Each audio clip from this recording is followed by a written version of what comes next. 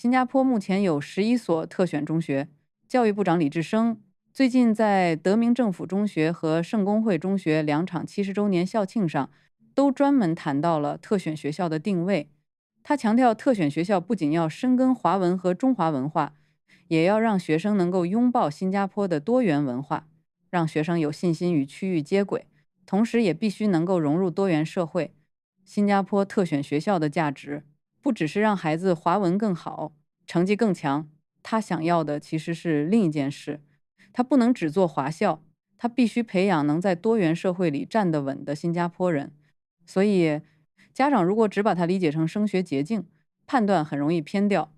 今天这篇就来聊聊特选学校在这个时代到底特殊在哪里。先把一个误区放下，新加坡不是只有特选学校才重视双语，教育部的双语政策是全覆盖的，公立学校学生都学英语和母语，所以特选学校的特从来不是因为别的学校没有华文，而是因为它承担了更高浓度的中华文化传承任务。这个制度要回到1979年，那时的新加坡已经很清楚，英语必须成为工作语言和经济语言。一个小国要接上全球市场，没有这个选择空间。但另一面也同样清楚，如果一路往英语社会走，华校传统、母语身份认同、族群文化记忆会掉得很快。于是新加坡没有走二选一的路，他没有简单保留旧华校，也没有把旧华校整体放弃，而是把其中一部分带有深厚华校传统的学校改造进国家体系，成为今天的特选学校。这个设计很新加坡，很务实，也很克制。英语解决生存和竞争，母语和文化处理身份、归属和社会稳定。如果把视角再拉高一点，你会发现特选学校真正厉害的地方，不是华文比较强，而是他把文化传承这件事从家庭私事变成国家工程。在新加坡这种高度城市化、英语高度实用化的社会里，社交媒体是英语，工作场景也是英语，母语很容易慢慢退到只剩一门考试科目。不论是哪个国家，语言一旦只剩考试功能，文化就会跟着变薄。到了下一代，断掉的不是几个词汇，而是理解世界的方式、价值感和历史感。所以，特选学校不是给一小部分学生开的华文强化班，它更像是一个制度性的缓冲带，在全国接受英语现代化路径的前提下，保留一批文化密度更高的学校，持续培养双语、双文化能力更扎实的人。现在的新加坡有11所 SAP 学校，这个数字本身就很说明问题。它不是普及模板，而是策略性配置。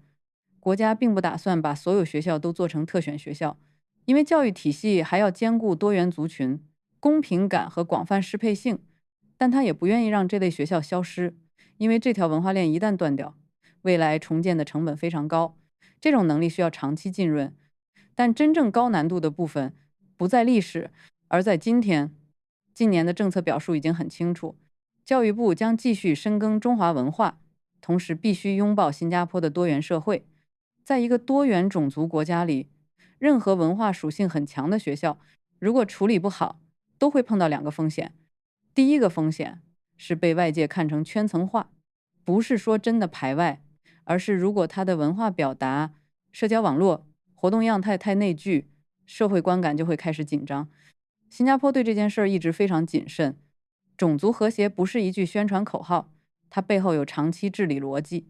从公共组屋的族群分布到学校里的共同活动，国家一直在避免不同群体各自封闭。第二个风险刚好相反，为了避免争议，把自身特色越磨越淡。可如果特选学校最后跟普通学校没有明显差别，只剩一个历史名称，那它存在的制度意义就会越来越弱。因为双语政策本来就是普遍存在的，没有更深的文化浸润和双文化能力培养， SAP 就失去了存在理由。中线其实很清楚，文化要深，但边界不能硬；认同要稳，但姿态不能疯；母语要成为桥梁，不是围墙。放到学校日常里，这意味着一所成熟的特选学校不能只在华乐、书法、节庆活动上做文章，更重要的是，他有没有把跨文化理解变成学生的日常能力。孩子能不能在保有文化自信的同时，不把自己锁进单一圈层？这也是很多家长最容易忽略的地方。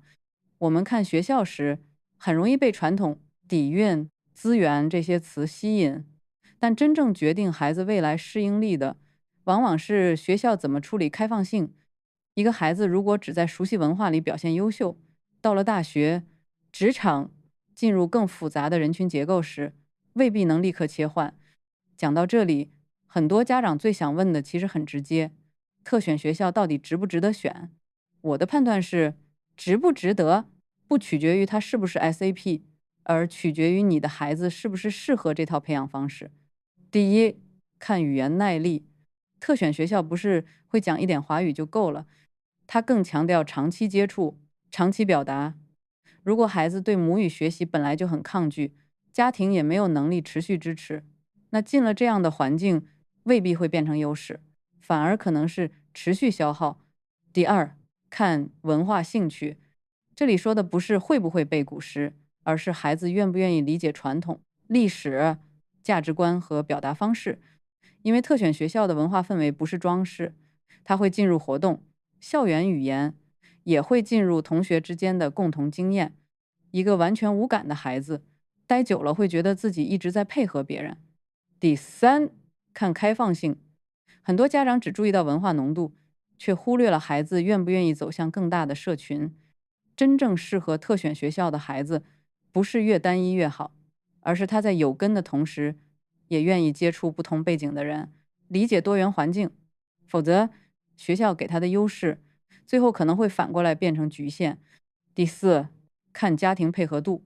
新加坡家长都很忙，工作和房贷已经够满了，这个时候最好就不要把文化教育全部外包给学校，哪怕只是吃饭时多一点母语交流，一起看一些华文内容，讨论社会新闻时多一种表达方式，效果都比临时加码来的真实。所以看特选学校时，你更该看的是这所学校的学生怎么说话，跨文化接触机会多不多，老师怎么谈传统与现代，孩子站在校园里有没有认同感。如果一个孩子走进校园，感受到的是长期陌生和不适应，那再响亮的学校名头也未必是对的选择。教育最怕的不是选的不够高，而是选的不够准。SAP 从来不是身份标签，它是一条培养路线。所以，全球最独特的华校为什么会在新加坡？答案不是因为这里更保守，是因为这里太清楚，一个小国不能只靠单一身份活下去，它要英语带来机会，要母语守住根基，也要多元社会维持信任。特选学校刚好站在这三件事的交叉点上，它最反常识的地方就在这里，不是越读越成功，而是越能融，越有价值，能把文化留下来，又不把自己关起来，能让孩子有根，也让孩子走得出去。如果你喜欢这期视频，欢迎订阅我的频道，也欢迎在评论区告诉我，你想继续看新加坡教育里这些表面是择校，其实是社会设计的问题。我们下一期继续。